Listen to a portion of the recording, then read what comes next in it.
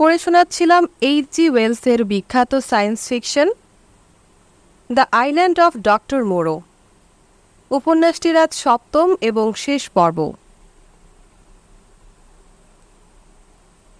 পশু মানুষদের সঙ্গে একা একাই আমি ওদের সম্মুখীন হলাম। সঠিকভাবে বলতে গেলে এক হাতে, কারণ আমার একটা হাত ভাঙা। পকেটে রিভলভারে দুটো গুলির ঘর শূন্য। সৈকতে ছড়িয়ে ছিটিয়ে থাকা কাঠের কুঁচো টুকরোগুলোর মধ্যে পড়ে রয়েছে সেই কুড়ুল দুটো, যা দিয়ে নৌকো দুটোকে কেটে টুকরো টুকরো করা হয়েছিল। আমার পেছন দিক থেকে জোয়ারের জল গড়ি মেরে এগিয়ে আসছে ক্রমশ। এখন সাহস দেখানো ছাড়া আর কিচ্ছু করার নেই। সরাসরি আমি এগিয়ে আসা দানবগুলোর মুখের দিকে তাকালাম।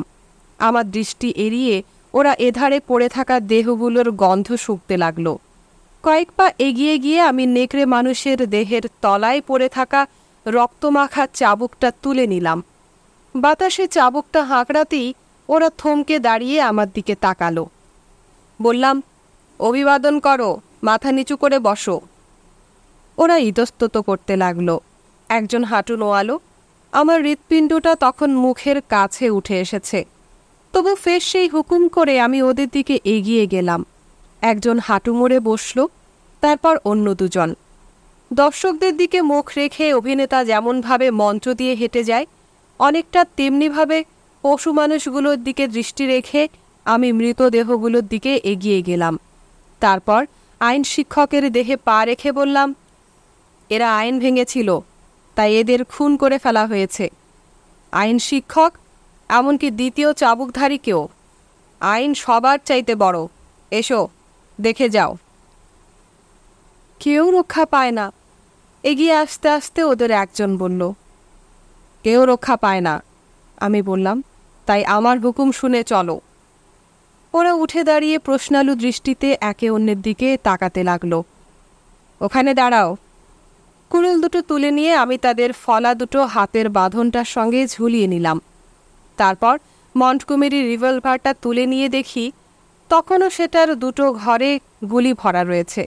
নিচু হয়ে খুঁজতে খুঁজতে ওর পকেটে আরও 8 ডজন গুলি পেয়ে গেলাম। ওকে তুলে নাও। ফের উঠে দাঁড়িয়ে চাবুকটা তুলে মন্টগোমেরিকে দেখিয়ে বললাম, ওকে বয়ে নিয়ে গিয়ে সমুদ্রে ফেলে দাও। ওরা এগিয়ে এলো।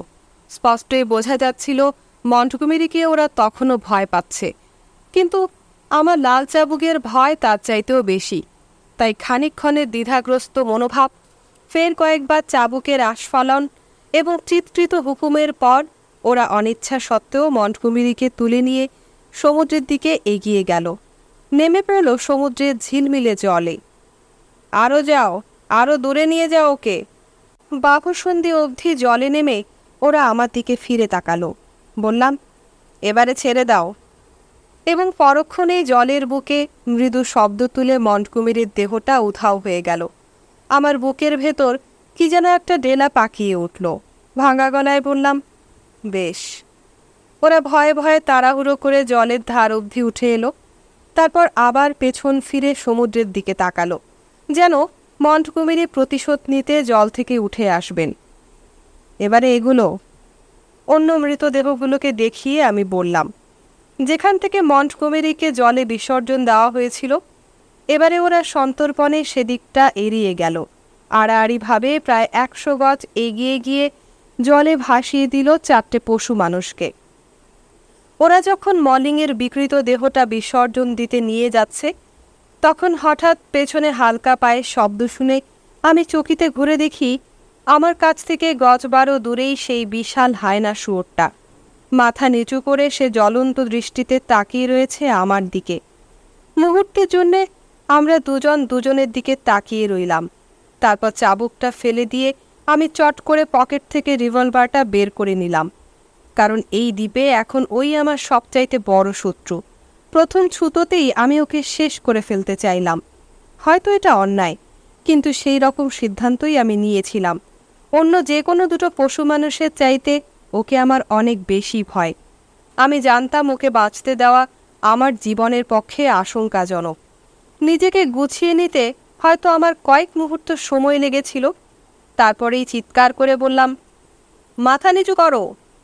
সে ঝকঝকে দাঁত বের করে হিংস্র গর্জন করে উঠল, তুমি কে যে তোমাকে দেখে আমি? হয়তো খানিকটা বেশি তাড়াহুড়ো করেই আমি লক্ষ্য স্থির করে গুলিটা চালিয়েছিলাম। তারপরেই দেখি সে একটা প্রচণ্ড চিৎকার করে ছুটতে শুরু করেছে। বুঝতে পারলাম আমি লক্ষ্যভ্রষ্ট হয়েছি। ফের গুলি চালাতে গিয়ে দেখি ততক্ষণে সে মাথা নিচু করে এধারে ওধারে লাফাতে লাফাতে এঁকে বেঁকে ছুটে চলেছে। তাই দ্বিতীয় গুলিটা আর নষ্ট করতে ভরসা পেলাম না। মাঝে মধ্যে ঘাড় ফিরিয়ে আমাকে দেখতে দেখতে দানবটা চত্বর থেকে উঠতে থাকা ধোয়ার কুণ্ডুলির আড়ালে উধাও হয়ে গেল। খানিকক্ষণ আমি তার দিকেই তাকিয়ে রইলাম। তারপর আমার অনুগত পশু মানুষ তিনটির দিকে তাকিয়ে মলিনের দেহটা জলে ভাসিয়ে দেবার ইঙ্গিত দিলাম এবং মৃতদেহ তিনটে যেখানে পড়েছিল সেখানে ফিরে গিয়ে পা দিয়ে ঘষে ঘষে বালির বুক থেকে রক্তের ছোপগুলো মুছে ফেললাম। হাতের ইঙ্গিতে পশু মানুষ তিনটেকে যেতে বলে এবারে আমি সৈকত পেরিয়ে জঙ্গলটার দিকে এগুতে লাগলাম।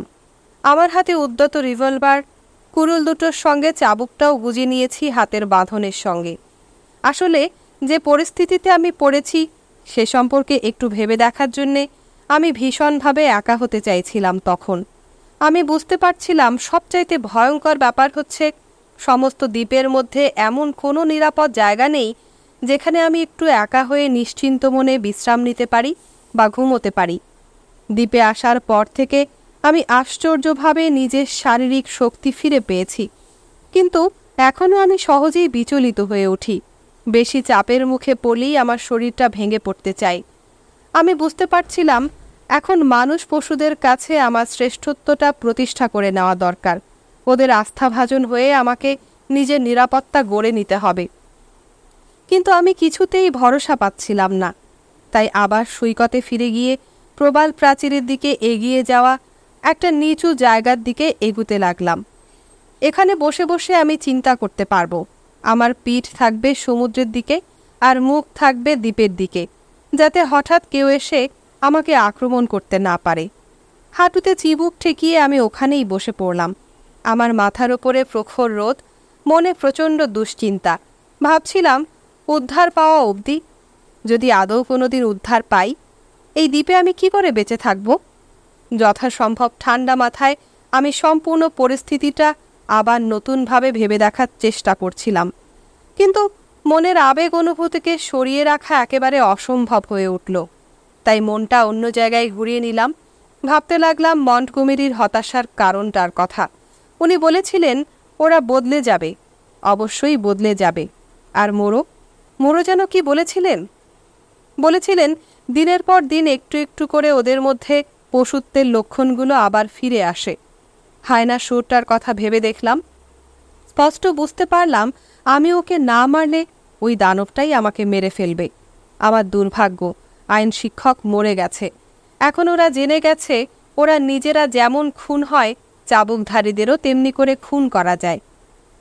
এখনও কি দূরের ওই সবুজ ফার্ন আর পামের আড়াল থেকে ওরা আমাকে লক্ষ্য করছে, অপেক্ষা করছে আমি কতক্ষণে ওদের নাগালের মধ্যে গিয়ে পড়ব? ওরা কি মতলব আঁটছে আমার বিরুদ্ধে? হায়না সোর ওদের কি বলেছিল তখন? এইভাবে আমার কল্পনা আমাকে ছুটিয়ে নিয়ে চলল এক অর্থহীন আতঙ্কের পতিত জলাভূমিতে। সমুদ্রের ঢেউয়ে চত্বরের কাছাকাছি সৈকতে এসে ঠেকে থাকা কি একটা কালচে পদার্থকে লক্ষ্য করে সমুদ্র পাখিদের চিৎকারে আমার চিন্তার খেই হারিয়ে গেল। বুঝতে পারলাম ওটা কি জিনিস, কিন্তু ওখানে গিয়ে পাখিগুলোকে তাড়িয়ে দেবার মতো সাহস আমার ছিল না। তাই জঙ্গলের আড়ালগুলোকে এড়িয়ে সৈকতের উল্টো দিকে হাঁটতে শুরু করলাম, যাতে অতর্কিতে কেউ আমার ওপরে ঝাঁপিয়ে পড়তে না পারে, যাতে আমি খানিকটা ঘুরপথে দ্বীপের পূব কোণে গিরিখাতের সেই কুটিরগুলোতে গিয়ে পৌঁছতে পারি। সম্ভবত আধ মাইলটা হাঁটার পর দেখলাম আমার সেই তিন পশু মানুষের মধ্যে একজন তীরের ঝোপঝাড়ের ভেতর দিয়ে আমার দিকে এগিয়ে আসছে। নিজের কল্পনায় নানান কথা ভেবে আমি তখন এতই বিচলিত হয়ে উঠেছিলাম যে সঙ্গে সঙ্গে রিভলভারটা বের করে নিলাম। খানিকটা দ্বিধাগ্রস্তভাবে তবু সে আমার দিকে এগিয়ে আসতে লাগলো। চিৎকার করে বললাম, চলে যাও। প্রাণীটার হাবভাবে বশমানা কুকুরের ভীষণ মিল। বাড়িতে পাঠিয়ে দেওয়া কুকুরের মতোই ও সামান্য একটু পিছিয়ে গিয়ে থেমে দাঁড়ালো। তারপর মিনতি ভরা দুটো বাদামি চোখ মেলে তাকিয়ে রইল আমার দিকে। চলে যাও বললাম, আমার কাছে আসবে না। আপনার কাছে একটু যেতে পারি না? না, চলে যাও বলছি। আমি শূন্যে চাবুক হাঁকড়ালাম। তারপর চাবুকটা দাঁতে চেপে রেখে একটা ঢিল তুলে নিতে নিচু হলাম এবং ওইভাবে ভয় দেখিয়ে তাড়িয়ে দিলাম প্রাণীটাকে। এইভাবে নির্জন পথ দিয়ে ঘুরে ঘুরে আমি পশু মানুষদের আস্তানা ওই গিরিখাতটাতে গিয়ে পৌঁছলাম এবং সমুদ্র থেকে পাহাড়ের এই ফাটলটাকে আড়াল করে রাখা লতাপাতা আর সরবন বেদবনের মধ্যে নিজেকে লুকিয়ে রেখে পশু মানুষরা এসে হাজির হবার পর ওদের হাবভাব দেখে বোঝার চেষ্টা করতে লাগলাম মোরো মন্টগোমেরির মৃত্যু আর যন্ত্রণাঘরের ধ্বংস ওদের উপরে কী ধরনের প্রতিক্রিয়া সৃষ্টি করেছে। বুঝতে পারলাম ওদের কাছে ভীরুতা দেখিয়ে আমি বোকামি করেছি।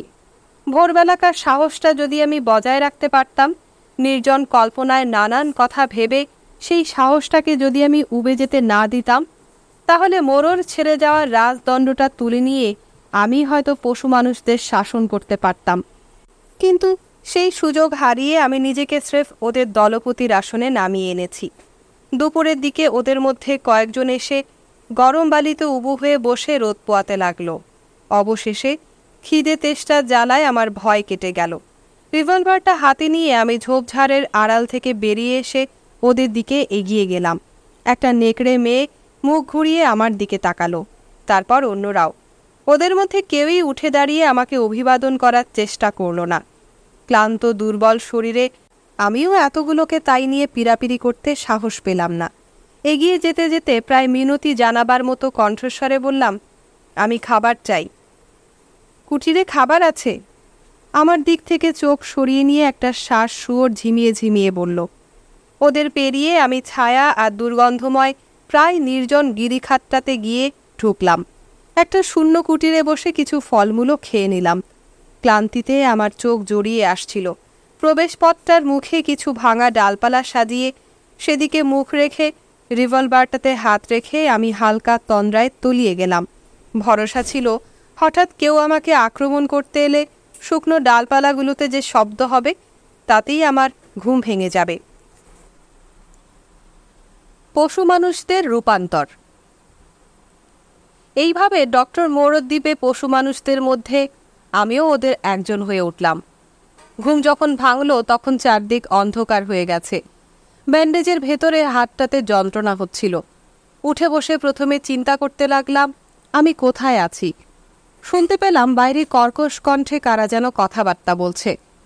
তারপর দেখি আমার সাজানো প্রতিবন্ধকতাটা নেই। কুটিরের প্রবেশ পথ সম্পূর্ণ ফাঁকা। রিভলভারটা তখনও আমার হাতেই রয়েছে। হঠাৎ শ্বাস প্রশ্বাসের শব্দ পেয়ে তাকিয়ে দেখি কি একটা যেন গুটিসুটি হয়ে আমার খুব কাছেই শুয়ে আছে। নিঃশ্বাস চেপে রেখে আমি ভালো করে দেখতে চেষ্টা করলাম ওটা কি। প্রাণীটা ক্রমাগত আস্তে আস্তে নড়তে শুরু করলো। তারপর নরম গরম আর ভিজে মতো কি একটা জিনিস যেন আমার হাতে লাগলো। আমার শরীরের সমস্ত পেশিগুলো কুঁকড়ে উঠল। সঙ্গে সঙ্গে হাতটা আমি টেনে নিলাম। একটা আত্মচিৎকার বেরিয়ে আসতে শুরু করে আটকে রইল আমার গলার কাছটাতে। রিভলভারটা বাগিয়ে ধরে কর্কশ গলায় ফিসফিসিয়ে জিজ্ঞেস করলাম, কে ওখানে? আমি, প্রভু। কে তুমি? ওরা বলে এখন আর কোনো প্রভু নেই, কিন্তু আমি জানি আপনি যাদের মেরেছিলেন আমি তাদের দেহগুলোকে সমুদ্রে বয়ে নিয়ে গিয়েছিলাম। প্রভু, আমি আপনার গোলাম। সমুদ্রের ধারে তোমার সঙ্গেই কি আমার দেখা হয়েছিল? হ্যাঁ প্রভু। স্পষ্টই বোঝা গেল প্রাণীটা যথেষ্ট বিশ্বাসযোগ্য, কারণ তা না হলে ও ঘুমের মধ্যেই আমার ওপরে ঝাঁপিয়ে পড়তে পারত। বেশ, ফের একবার জিভ দিয়ে চেটে দেবে বলে আমি নিজের হাতটা ওর দিকে বাড়িয়ে দিলাম। আমার কাছে ওর উপস্থিতির অর্থ বুঝতে পেরে আমার মনে সাহসের জোয়ার বয়ে গেল। জিজ্ঞেস করলাম, অন্য সবাই কোথায়? ওরা পাগল, ওরা বোকা, কুকুর মানুষ বলল।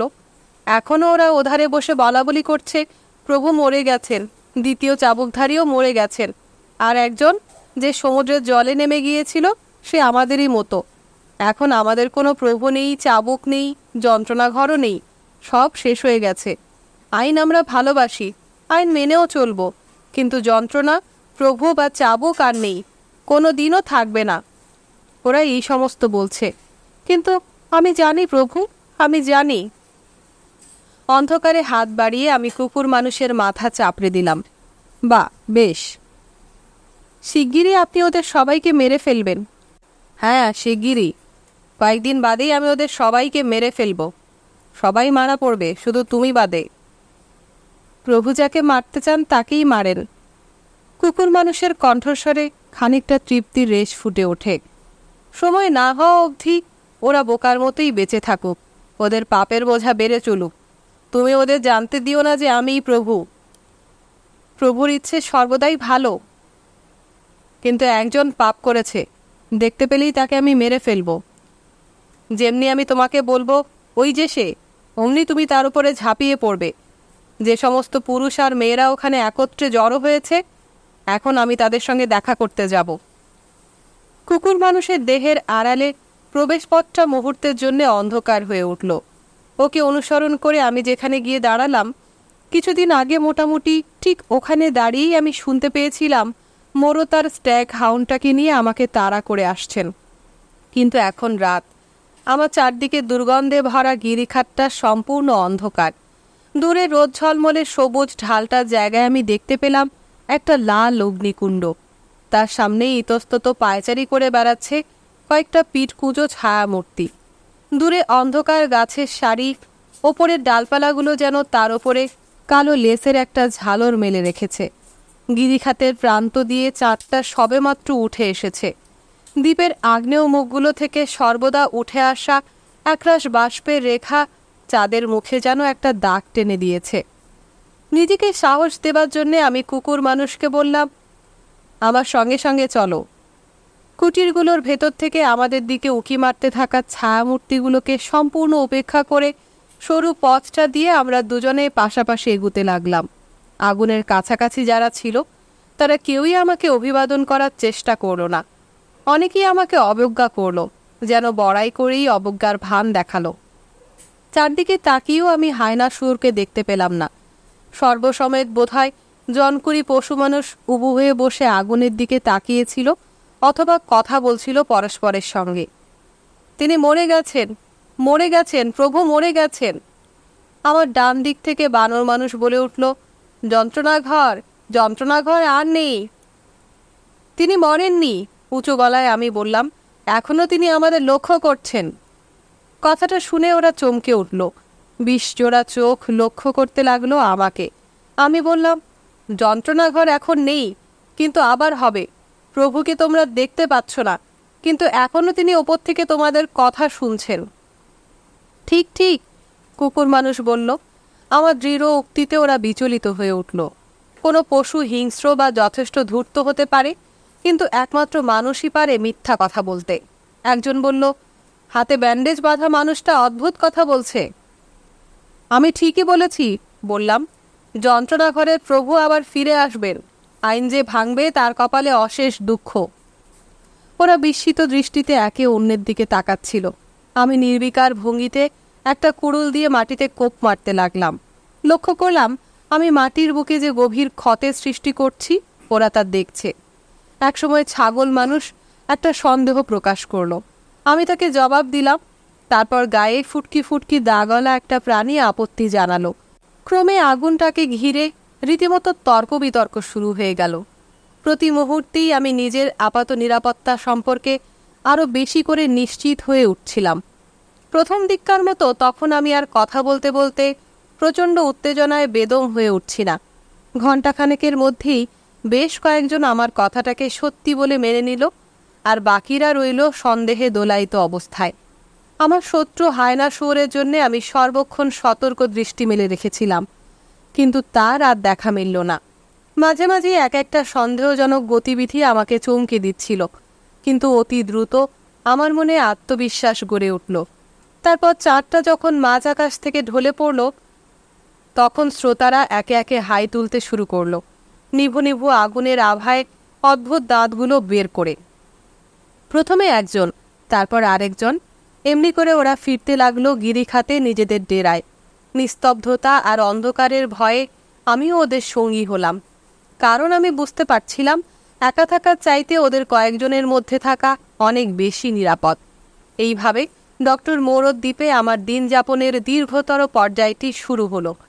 কিন্তু সেই রাতটা থেকে শুরু করে শেষের মুহূর্তটি পর্যন্ত শুধু অসংখ্য ছোটোখাটো অপ্রীতিকর ঘটনা আর একটানা বিরক্তিকর অস্বস্তি ছাড়া উল্লেখযোগ্য এমন কিছুই ঘটেনি যা বিশদভাবে লিখে রাখা যায়।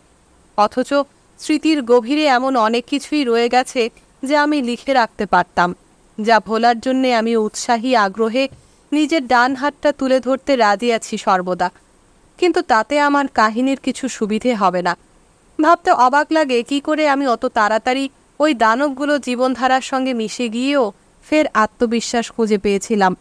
বিবাদ বিসংবাদ অবশ্যই হয়েছে এবং এখনও আমি নিজের দেহে কয়েকটা দাঁতের দাঁত দেখাতে পারি, কিন্তু ঢিল ছোড়ার কুশলতা এবং কুড়ুলের আঘাতের জন্যে খুব শীঘ্রই আমি ওদের কাছ থেকে পুরোপুরি সম্ভ্রম আদায় করে নিতে পেরেছিলাম। সেন্ট বার্নার্ড কুকুর মানুষের প্রভুভক্তি আমার অশেষ উপকারে লেগেছে। আমি বুঝতে পেরেছি ওদের কাছে সম্মানের মাপকাঠি প্রধানত নির্মম আঘাত হানার ক্ষমতার উপরেই নির্ভরশীল। বিভিন্ন সময়ে ওদের মধ্যে দু একজনকে আমি হয়তো খানিকটা বিশ্রীভাবেই মেরে বসেছি, কিন্তু মনে মনে রাগ পুষে রাখলেও ওরা তা প্রকাশ করেছে আমার পেছনে বিকৃত অঙ্গভঙ্গির মাধ্যমে, আমার ঢিলের নাগাল থেকে নিরাপদ দূরত্বে সরে গিয়ে। হায়না শুয়োর আমাকে এড়িয়ে চলত, আমিও সর্বদা তার সম্পর্কে সতর্ক হয়ে থাকতাম।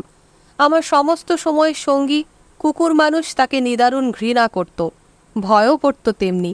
শিগগিরই স্পষ্ট বুঝতে পারলাম দানবটা রক্তের আস্বাদ পেয়েছে এবং সেও চিতা মানুষের পথে চলেছে। জঙ্গলের মধ্যে কোথাও একটা আশ্রয় খুঁজে নিয়ে সে সেখানে একা একা বাস করে। একবার সমস্ত পশু মানুষকে আমি তার বিরুদ্ধে লেলিয়ে দিতে চেষ্টা করেছিলাম, কিন্তু একটিমাত্র উদ্দেশ্যে তাদের সবাইকে সঙ্গবদ্ধ করে তোলার মতো ক্ষমতা আমার ছিল না। বারবার আমি তার আশ্রয়ের কাছে গিয়ে তাকে অসতর্ক অবস্থায় পাওয়ার চেষ্টা করেছি, কিন্তু প্রতিবারই সে আমাকে দেখতে পেয়ে পালিয়ে গেছে। প্রতিটি বনপথ সে আমার পক্ষে বিপদ সংকুল করে তুলেছে। ঝোপঝাড়ের আড়ালে ওত পেতে থেকেছে আমার উপরে ঝাঁপিয়ে পড়বে বলে। কুকুর মানুষও তাই আমার সঙ্গ ছেড়ে যেতে ভরসা পেত না কখনো। প্রথম দিকে মাসখানেক পশু মানুষরা তাদের পরবর্তী অবস্থার তুলনায় রীতিমতো মানুষের পর্যায়েই ছিল। এমনকি কুকুর মানুষ ছাড়া ওদের মধ্যে আরও দু একজনকে আমি মোটামুটি বন্ধু বলেই মেনে নিয়েছিলাম। আমার ওপরে ছোট্ট স্লথটার কেমন যেন একটা অদ্ভুত মমতা জেগে উঠেছিল। সবসময় সে আমার পেছন পেছন ঘুরত, কিন্তু বানর মানুষটা আমাকে বিরক্ত করে তুলত। নিজের হাতে 5টা আঙুল থাকায় সে ধরেই নিয়েছিল সে আমার সমান। অনর্গল সে আমার কাছে বকবক করত, যার অধিকাংশ কথাই অর্থহীন। ওর একটা ব্যাপারে আমার খানিকটা মজা লাগতো, নতুন নতুন শব্দ তৈরি করার ব্যাপারে এক অদ্ভুত দক্ষতা ছিল ওর। মনে হয় ও ভাবত অর্থহীন বকবকানি একটা দারুণ কৃতিত্বের বিষয়। দৈনন্দিন জীবনের স্বাভাবিক কথাবার্তাকে ও বলতো ছোট চিন্তা, আর তার সঙ্গে প্রভেদ দেখাবার জন্যে নতুন নতুন অর্থহীন কথামালাকে বলতো বড় চিন্তা। আমার কোনো মন্তব্য বুঝতে না পারলে ও তার প্রশংসায় পঞ্চমুখ হয়ে উঠত। ফের আমাকে কথাটা বলতে বলতো, তারপর সেটা মুখস্থ করে নিয়ে ঠান্ডা মেজাজের পশু মানুষদের কাছে যত্রতত্র ভুলভাবে বারবার সেটা উগরে যেত। সাধারণ এবং বোধগম্য কোনো বিষয় নিয়ে ও কোনো চিন্তা ভাবনা করত না। শুধু ওর ব্যবহারের জন্যেই আমি কতগুলো অদ্ভুত অদ্ভুত বড় চিন্তা আবিষ্কার করেছিলাম। এখন মনে হয় ওর মতো নির্বোধ প্রাণী আমি আর দুটি দেখিনি। বানরের স্বভাবসুলভ মূর্খতা এতটুকুও না হারিয়ে মানুষের বৈশিষ্ট্যগত নির্বুদ্ধিতা ও চমৎকারভাবে আত্মসাৎ করে নিয়েছিল। এগুলো হচ্ছে ওই পশুগুলোর মধ্যে আমার নিঃসঙ্গ জীবনযাপনের প্রথম কয়েক সপ্তাহের কথা। ওই সময়টাতে ওরা আইনের রীতিনীতিগুলোকে সম্মান করে চলত, ভদ্রসম্মতভাবে শৃঙ্খলাও বজায় রাখত। অবশ্য একদিন আমি ফের একটা খরগোশের ছিন্ন ভিন্ন দেহ দেখতে পেয়েছিলাম। আমার স্থির বিশ্বাস কাজটা হায়না শুয়োরের, কিন্তু তাছাড়া আর কিছু হয়নি। তবে মে মাস নাগাদ আমি প্রথম স্পষ্টভাবে বুঝতে পারলাম ওদের কথাবার্তা এবং চালচলনের মধ্যে একটা পরিবর্তন এসেছে। উচ্চারণে জড়তা এসেছে, কথা বলায় অনিচ্ছা জেগেছে। আমার বানর মানুষের বকবকানির মাত্রা বেড়ে গেছে, কিন্তু ক্রমশ তা আরও বেশি করে অর্থহীন আবোল তাবোল হয়ে উঠছে। অনেকেই যেন কথা বলার ক্ষমতা হারিয়ে ফেলতে লাগলো, যদিও তখনও ওরা আমার কথা বুঝতে পারত। একসময়ের পরিষ্কার ভাষা, স্পষ্ট উচ্চারণ ক্রমশ বিকৃত হয়ে ফের অর্থহীন শব্দ সমষ্টি হয়ে উঠছে। ভাবতে পারেন? ক্রমে সোজা হয়ে হাঁটতেও ওদের কষ্ট বেড়ে উঠতে লাগলো। স্পষ্টতই ওরা নিজেরাও এতে লজ্জা পেত, কিন্তু প্রায়ই আমি দেখতে পেতাম ওদের মধ্যে কেউ না কেউ আঙুলে ভর রেখে ছুটছে, সোজা হয়ে সঠিকভাবে দাঁড়াতে পারছে না। হাত দিয়ে কোনো জিনিস ধরতে ওদের অসুবিধে হতো। ওরা জল শুষে খেতে লাগলো, শক্ত জিনিস খেতে লাগলো, পশুর মতো ক্রমাগত চিবিয়ে চিবিয়ে। মোরও আমাকে বলেছিলেন পশুত্বের লক্ষণ। এতদিনে আমি তার অর্থ আরও পরিষ্কারভাবে বুঝতে পারলাম। ওরা ফিরে যাচ্ছে, অতি দ্রুত ওরা আবার পেছনের দিকে ফিরে যাচ্ছে। ওদের মধ্যে কেউ কেউ, অধিকাংশ ক্ষেত্রেই স্বেচ্ছাকৃতভাবে, স্বাভাবিক শোভনতার বিধিনিষেধগুলোকে অবজ্ঞা করতে শুরু করল। অবাক বিস্ময়ে আমি লক্ষ্য করলাম পথিকৃতদের সকলেই স্ত্রী জাতির। অন্যেরা এক বিবাহের প্রথাকে খোলাখুলিভাবেই আক্রমণ করার চেষ্টা করতে লাগলো। আইনের ঐতিহ্য স্পষ্টতই শিথিল হয়ে এলো।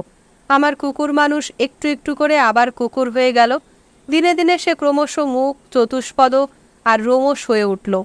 কবে যে আমার সেই ডান হাতের সঙ্গীটি স্রেফ একটা অনুসরণকারী কুকুর হয়ে উঠল, তা আমি প্রায় লক্ষ্যই করিনি। ওদের মাথা গোজার আশ্রয়গুলিকে আমার কোনোদিনই ভালো লাগেনি, কিন্তু চারিদিকের বিশৃঙ্খলা ক্রমশ বেড়ে ওঠার সঙ্গে সঙ্গে সেগুলো আমার কাছে এতই বিরক্তিকর হয়ে উঠল যে আমি মোরদ চত্বরে অঙ্গার হয়ে ওঠা ধ্বংসস্তূপের মধ্যেই লতাপাতা দিয়ে বাসযোগ্য একটা ঝুপড়ি বানিয়ে নিলাম। কারণ আমি বুঝতে পেরেছিলাম যন্ত্রণার কিছুটা স্মৃতি অম্লান রয়ে যাওয়ায় ওই জায়গাটা তখনও পশু মানুষদের কাছ থেকে সবচাইতে বেশি নিরাপদ। ওই দানবগুলোর অবনতির প্রতিটি ধাপ বিশদভাবে বর্ণনা করা আমার পক্ষে সম্ভব নয়। বলা সম্ভব নয় দিনের পর দিন কিভাবে ওদের সঙ্গে মানুষের সাদৃশ্য মুছে যেতে লাগলো, কিভাবে অবশেষে ওরা সুতোর সঙ্গে সমস্ত সম্পর্ক ত্যাগ করলো, কিভাবে ওদের অনাবৃত অঙ্গপ্রত্যঙ্গে রোম গজাতে শুরু করলো, আর কিভাবেই বা ওদের কপাল বসে গিয়ে চিবুকগুলো সামনের দিকে ঠেলে উঠতে লাগলো। আমার নিঃসঙ্গতার প্রথম মাসটিতে ওদের কয়েকজনের যে প্রায় মানুষীয় অন্তরঙ্গতা আমি মেনে নিয়েছিলাম, কি করে যে সেই স্মৃতির অনুসরণ আমার কাছে বিভীষিকাময় হয়ে উঠল, তাও আমার পক্ষে বুঝিয়ে বলা অসম্ভব। পরিবর্তনটা আসছিল ধীরে এবং অনিবার্যভাবে। ওদের এবং আমার কাছেও ওদের ওই পরিবর্তন কোনো সুনির্দিষ্ট চমক বয়ে আনেনি।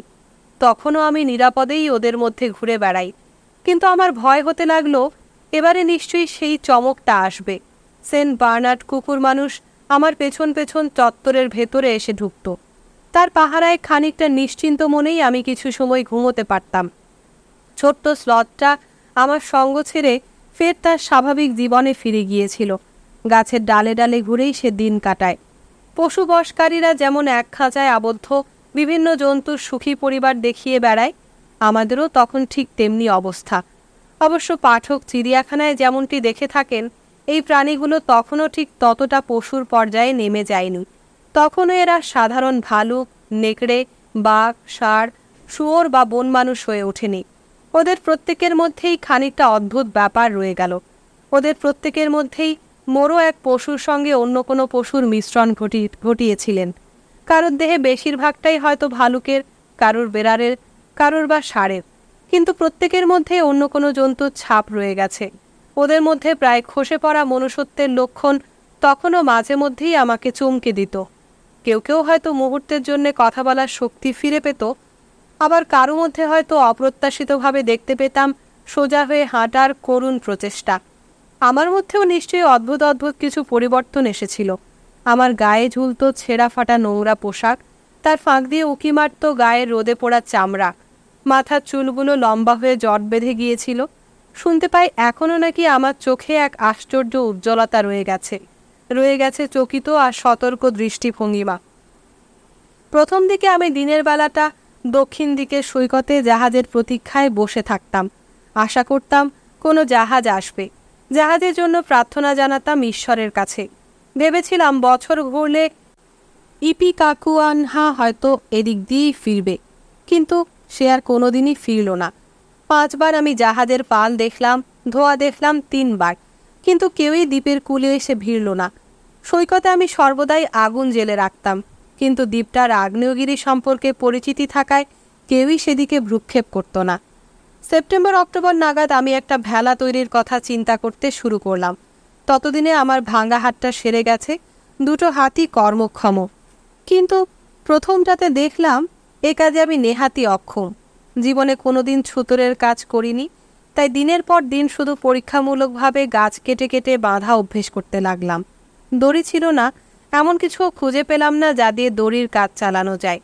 দ্বীপের অপর্যাপ্ত লতানো গাছগুলোকে তেমন শক্ত বলে মনে হলো না, এবং আমার যৎকিঞ্চিৎ বৈজ্ঞানিক শিক্ষার সাহায্যে আমি সেগুলোকে তেমন শক্ত করে নেবার মতো কোনো উপায়ও আবিষ্কার করতে পারলাম না। কাজে লাগানোর উপযোগী পেরেক বা অন্য কোনো ধাতব পদার্থের খোঁজে চত্বরের ভেতরকার পুড়ে কালো হয়ে যাওয়া ধ্বংসস্তূপ আর সৈকতে নৌকো পোড়ানো জায়গাটা হাতড়ে হাতড়ে দিন 15 কাটিয়ে দিলাম। মাঝে মাঝেই কোনো পশু মানুষ এসে আমাকে লক্ষ্য করত, কিন্তু আমি ডাকলেই লাফাতে লাফাতে পালিয়ে যেত। তারপর শুরু হলো বর্ষা। প্রবল বৃষ্টি আর বজ্রপাতে আমার কাজের অনেক ক্ষতি হলো বটে, কিন্তু শেষ অবধি ভেলাটা তৈরি হয়ে গেল। ভেলাটা দেখে আমার মন খুশিতে ভরে উঠল, কিন্তু কিছুটা বাস্তব জ্ঞানের অভাবে ভেলাটা আমি তৈরি করেছিলাম সমুদ্র থেকে প্রায় মাইলখানেক বা তার চাইতেও দূরে। তাই সৈকত অবধি টেনে আনার আগেই ভেলাটা টুকরো টুকরো হয়ে গেল। হয়তো তাতে ভালোই হয়েছিল, ওই ঠুনকো ভেলা নিয়ে আমাকে সমুদ্রে ভাসতে হয়নি। কিন্তু বিফলতার বেদনা আমার মনে তখন এত তীব্র হয়ে বেজেছিল যে কিছুদিন আমি শুধু অবসন্নের মতো সৈকতে ঘুরে ঘুরে বেরিয়েছি আর জলের দিকে তাকিয়ে তাকিয়ে মৃত্যুর কথা ভেবেছি। কিন্তু আসলে আমি মরতে চাইনি, এবং একদিন একটা ঘটনা এভাবে হেলায় দিন কাটানো সম্পর্কে আমাকে নির্ভুলভাবে সতর্ক করে দিল। কারণ পশু মানুষদের কাছে আমার বিপদের আশঙ্কা ক্রমশই বেড়ে উঠছিল।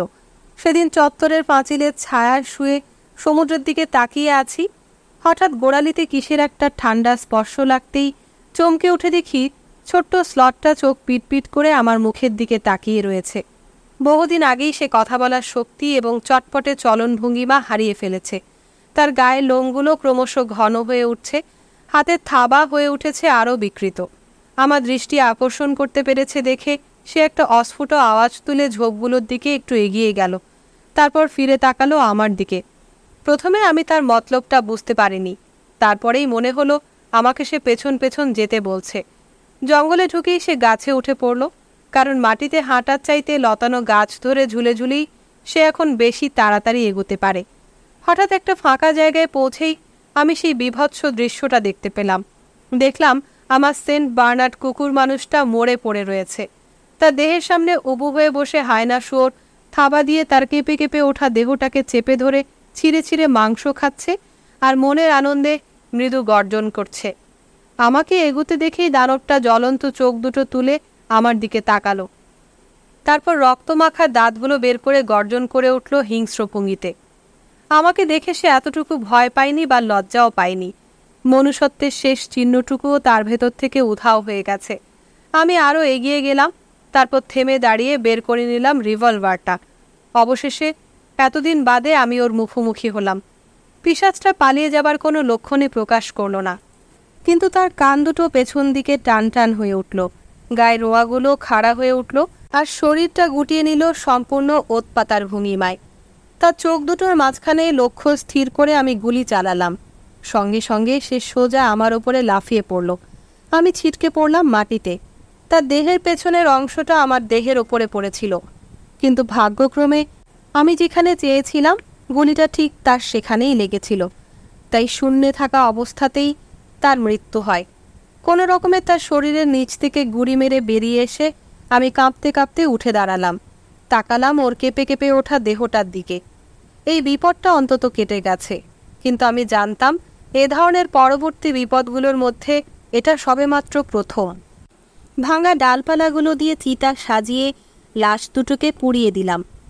এবারে স্পষ্ট বুঝতে পারলাম এ দ্বীপ ছেড়ে না গেলে আমার মৃত্যু একেবারে নিশ্চিত, শুধু সময়ের প্রশ্ন, দুদিন আগে বা পরে।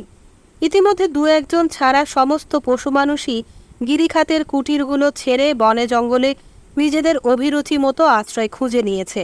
দিনের বেলায় কেউ বড় একটা বেরোয় না, অনেকেই তখন ঘুমায়।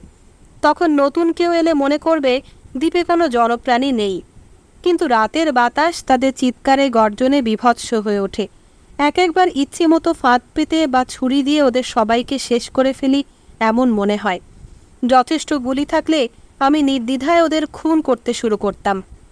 বিপজ্জনক মাংসাশী প্রাণী আছে বড়জোর গোটাকুড়ি। এদের মধ্যে যারা বেশি সাহসী তারা ইতিমধ্যেই মরেছে। আমার শেষ বন্ধু কুকুর মানুষের মৃত্যুর পর আমিও কিছুটা দিনে ঘুমানো অভ্যাস করতে লাগলাম, যাতে রাত্রিবেলা জেগে নিজেকে পাহারা দিতে পারি।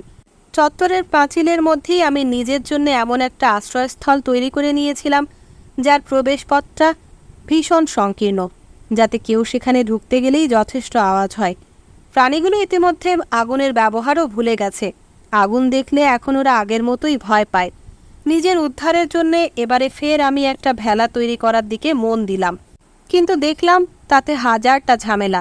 মিস্ত্রি হিসেবে আমি একেবারেই অদক্ষ, তবু প্রচণ্ড অধ্যাবসায়ে একদিন সব বাধাই কাটিয়ে উঠলাম। একমাত্র সমস্যা রইল জলের পাত্র নিয়ে। অকুলে ভাসতে হবে, জল নিয়ে যাওয়া বিশেষ দরকার, কিন্তু জলের কোনো পাত্রই কোথাও খুঁজে পেলাম না। হয়তো নিজেই মাটি দিয়ে কোনো পাত্র তৈরি করে নেবার চেষ্টা করতাম, কিন্তু সমস্ত দ্বীপটাতে মাটি বলে কোনো পদার্থ নেই। পাগলের মতো আমি তখন দ্বীপটাতে খুঁজে খুঁজে বেড়াতাম, প্রাণপণে চেষ্টা করতাম যদি কোনো ক্রমে এই শেষ সমস্যাটার সমাধান করা যায়। কখনো বা উন্মত্ত ক্রোধে কোনো নিরীহ গাছে কুড়ুলের আঘাত বসিয়ে দিতাম, কিন্তু কিছুতেই কিছু ভেবে উঠতে পারতাম না। তারপর এলো এক আশ্চর্য দিন। হঠাৎ সমুদ্রের দক্ষিণ পশ্চিম দিকে আমি একটা জাহাজের পাল দেখতে পেলাম। সঙ্গে সঙ্গে শুকনো ডালপালার একটা বিরাট স্তূপে আগুন জ্বেলে আমি সেই আগুনের তাপ আর দুপুরের রোদে দাঁড়িয়ে দাঁড়িয়ে উৎসুক আগ্রহে চোখ মেলে তাকিয়ে রইলাম। খিদে তেষ্টা ভুলে একটানা তাকিয়ে থাকতে থাকতে আমার মাথা ঘুরতে লাগলো। পশুগুলো এসে আমাকে ওই অবস্থায় দেখে বোধহয় অবাক হয়েই চলে গেল। রাতের অন্ধকার এসে যখন পালটাকে গ্রাস করে ফেলল, নৌকোটা তখনও অনেক দূরে। সারা রাত অনেক পরিশ্রমে আমি আগুনটাকে উজ্জ্বল করে জেলে রাখলাম, আর পশুগুলোর বিস্মিত দৃষ্টি জলজল করতে লাগলো অন্ধকারের আনাচে কানাচে। ভোরবেলা দেখলাম পালটা অনেক কাছাকাছি চলে এসেছে, এবং আরও দেখলাম ওটা একটা ছোট্ট নৌকোর নোংরা পাল। তাকিয়ে থাকতে থাকতে আমার চোখ দুটো তখন এত ক্লান্ত হয়ে উঠেছে যে আমি যেন চোখে দেখেও দৃশ্যটা বিশ্বাস করতে পারছিলাম না। দেখলাম দুটো লোক নৌকোয় নিচু হয়ে বসে রয়েছে, একজন গলুইয়ের কাছে আর একজন হালে। কিন্তু কেমন যেন অদ্ভুতভাবে ভেসে আসছে নৌকোটা। বাতাসের দিকে মুখ নেই, সর্পিল গতিতে চলে যাচ্ছে দূরের দিকে। দিনের আলো ভালো করে ফুটে উঠতে আমি গা থেকে শতচ্ছিন্ন কোটটা খুলে ওদের দৃষ্টি আকর্ষণের জন্য প্রাণপণে নাড়তে লাগলাম, কিন্তু ওরা আমাকে লক্ষ্যই করল না। একে অন্যের মুখোমুখি হয়ে আগের মতোই বসে রইল নির্বিকার ভঙ্গিতে। তীরের শেষ প্রান্ত অবধি এগিয়ে গিয়ে আমি হাত পা নেড়ে চিৎকার করে ওদের ডাকতে লাগলাম। ওরা কোনো সাড়া দিল না। নৌকাটা আগের মতোই উদ্দেশ্যহীনভাবে ধীরে অতি ধীরে এগুতে লাগলো উপসাগরের দিকে। হঠাৎ বিশাল একটা সাদা পাখি নৌকোটা থেকে আকাশে উড়ে গেল, অথচ ওরা কেউই এতটুকু নড়ল না। কেউ যেন লক্ষ্যই করেনি দৃশ্যটা। বৃত্তাকারে উঠতে উঠতে পাখিটা একসময় বলিষ্ঠ ডানা দুটো মেলে দূরের দিকে উধাও হয়ে গেল। আমি তখন চিৎকার থামিয়ে বসে বসে ওদের লক্ষ্য করতে লাগলাম। আস্তে আস্তে একটু একটু করে নৌকোটা পশ্চিম দিকে চলে যেতে লাগলো। ইচ্ছে করছিল সাঁতার কেটে নৌকোটার দিকে এগিয়ে যাই, কিন্তু একটা অস্পষ্ট ভীতিবোধ আমাকে পেছনে টেনে রাখল। বিকেলবেলায় জোয়ার স্রোতে নৌকাটা চত্বরের পশ্চিম দিকে প্রায় 100 গজ দূরে এসে ঠেকল। নৌকোর লোক দুটো কেউই জীবিত ছিল না। এতদিন আগে ওরা মরে গিয়েছিল যে আমি নৌকোটা একপাশে কাত করে ওদের টেনে নামাতে যেতেই ওদের দেহগুলো টুকরো টুকরো হয়ে গেল। ওদের একজনের মাথায় একরাশ লাল চুল, ঠিক ইপিকা কুয়ানহার ক্যাপ্টেনের মতো। নৌকোর তলিতে নোংরা একটা সাদা টুপিও পড়েছিল। আমি যখন নৌকোটার কাছে দাঁড়িয়ে রয়েছি তখন 3টে পশু মানুষ ঝোপঝাড়ের আড়াল থেকে গন্ধ শুকে শুকে আমার দিকে এগিয়ে এলো। ওদের দেখে এক নিবিড় বিতৃষ্ণায় আমার সমস্ত শরীর গুলিয়ে উঠল। সঙ্গে সঙ্গে ছোট্ট নৌকোটাকে ঠেলে জলে নামিয়ে আমি তাতে উঠে বসলাম। ওদের মধ্যে নেকড়ে মানুষ দুটো জ্বলন্ত দৃষ্টি মেলে নাক কুঁচকে আমার দিকে তেড়ে আসছিল। তৃতীয়টা ছিল ভালুক আর ষাঁড়ে মেশানো একটা ভয়ঙ্কর প্রাণী, যার বর্ণনা দেয়া আমার পক্ষে অসম্ভব। ওদের ওভাবে দাঁত বের করে গর্জন তুলে এগিয়ে আসতে দেখে এবারে ঘৃণার বদলে এক নিদারুণ আতঙ্কে আমার সর্বাঙ্গ কেঁপে উঠল। ওদের দিকে পেছন ঘুরিয়ে আমি সমুদ্রের দিকে নৌকো বাইতে শুরু করলাম। কিছুতেই আর পেছনে ফিরে তাকাতে পারলাম না। সেদিন পাহাড় আর দ্বীপের মাঝখানে রাতটা কাটিয়ে পরদিন ভোরবেলা আমি ঘুরপথে গিয়ে নদী থেকে নৌকো জলের পাত্রটা ভরে নিয়ে এলাম। তারপরে যথাসাধ্য ধৈর্য বজায় রেখে কিছু ফলমূল সংগ্রহ করলাম। অবশিষ্ট 3টে গুলির সাহায্যে 2টো খরগোশও মেরে নিলাম। এই সমস্ত কাজ করার সময় পশু দানবদের ভয়ে নৌকাটাকে আমি দ্বীপের দিকে ঝুঁকে আসা পাহাড়টার খাদে লুকিয়ে রেখেছিলাম। নিঃসঙ্গ মানুষ। সন্ধ্যাবেলায় যাত্রা শুরু করে দক্ষিণ পূব দিক থেকে আসা হালকা বাতাসে আমি আস্তে আস্তে একটু একটু করে খোলা দরিয়ার দিকে এগিয়ে যেতে লাগলাম। ক্রমশ দ্বীপটা ছোট হয়ে যেতে লাগলো। দ্বীপের বুক থেকে উঠে যাওয়া ধোঁয়ার কুণ্ডলী রেখাটা হালকা থেকে আরও হালকা হয়ে উঠতে লাগলো উষ্ণ সূর্যাস্তের পটভূমিকায়। চারদিকে সমুদ্রের ঢেউ ফুলে ফেঁপে উঠে দ্বীপের বিন্দুটাকে আড়াল করে ফেলল আমার দৃষ্টির দিগন্ত থেকে। দিনের আলো সূর্যের শেষ আভাটুকু আকাশের বুক থেকে মিলিয়ে যেতে যেতে যেন একটা উজ্জ্বল পর্দার মতো একপাশে গুটিয়ে গেল। সূর্যের দীপ্তিতে লুকিয়ে থাকা অনন্ত নীল আকাশের দিকে তাকিয়ে আমি দেখতে পেলাম সেখানে অসংখ্য নক্ষত্রের মেলা। সমুদ্র নিস্তব্ধ, আকাশ নিশ্চুপ, রাত্রি আর নিস্তব্ধতার সঙ্গে একা শুধু আমি। এইভাবে 3 দিন আমি ভেসে গেলাম। এই 3 দিনে আমি খাওয়া দাওয়া করেছি সামান্যই, শুধু ভেবেছি অতীতের ঘটনাগুলোর কথা। আবার মানুষ দেখতে পাবার তেমন কোনো দারুণ উৎসাহ অনুভব করিনি তখন। আমার পরনে একটা অতি নোংরা পোশাক, মাথায় কালো চুলের জট। ওই অবস্থায় যারা আমাকে আবিষ্কার করেছিল তারা নিঃসন্দেহে আমাকে পাগল বলেই ধরে নিয়েছিল। অদ্ভুত বলে মনে হলেও তখন মানুষের সমাজে ফিরে যাবার মতো কোনো বাসনাই আমার মধ্যে ছিল না। পশু মানুষদের হাত থেকে মুক্তি পেয়েই আমি তখন খুশি। সমুদ্রে ভাসার 3য় দিনে অ্যাফিয়া থেকে সান ফ্রান্সিসকোগামী একটা জাহাজে আমাকে তুলে নেওয়া হয়। জাহাজের ক্যাপ্টেন বা মেট কেউই আমার কথা বিশ্বাস করেনি। তারা ধরেই নিয়েছিল নির্জনতা এবং বিভিন্ন বিপদে আমার মাথাটা খারাপ হয়ে গেছে, পাছে অন্যেরাও তাই মনে করে। সেই আশঙ্কায় আমার এই রোমাঞ্চকর অভিযানের কাহিনী আমি আর কাউকে বলিনি। শুধু বলেছি লেডি ওয়েইন ডুবে যাবার পর থেকে জাহাজে ফের আমাকে তুলে নেওয়া অবধি সময়টাতে, যার ব্যাপ্তি 1 বছর, কি হয়েছিল তার কিছুই আমার মনে নেই। পাছে লোকে আমাকে পাগল বলে মনে করে, সেই ভয়ে আমাকে সর্বদা সতর্কভাবে চলাফেরা করতে হতো।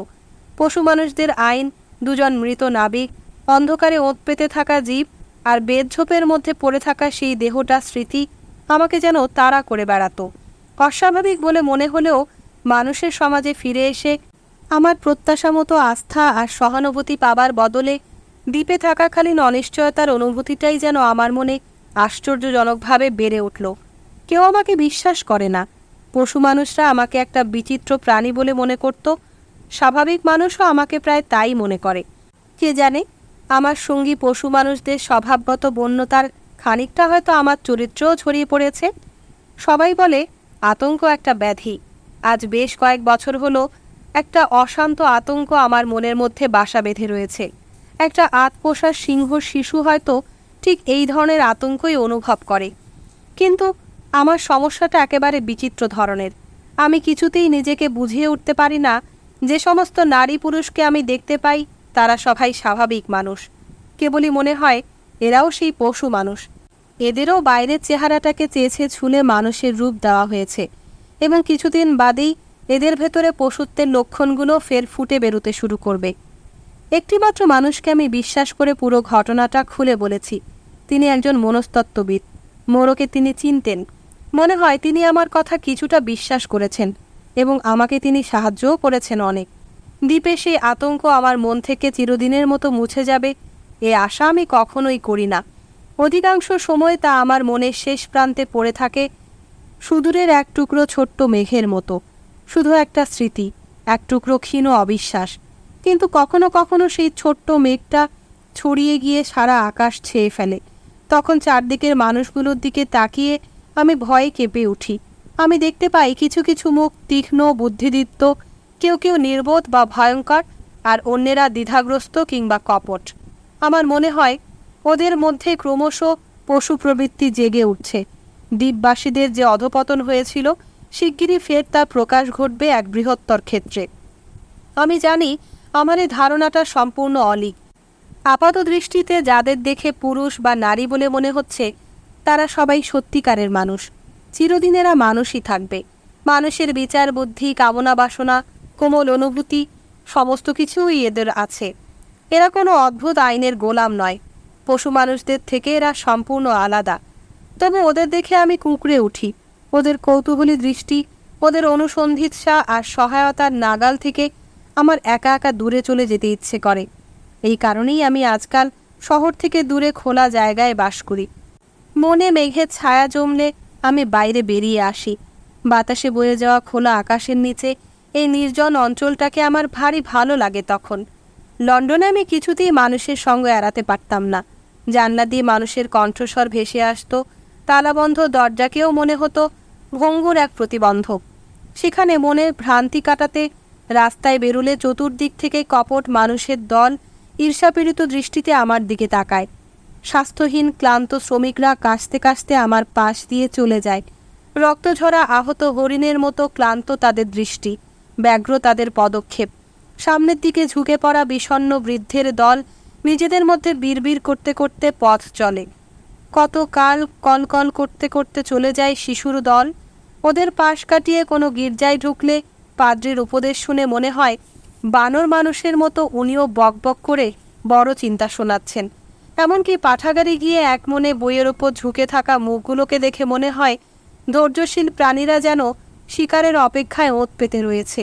বিশেষ করে ট্রেন আর বাস যাত্রীদের অভিব্যক্তিহীন মুখগুলো দেখে আমার গা গুলিয়ে ওঠে।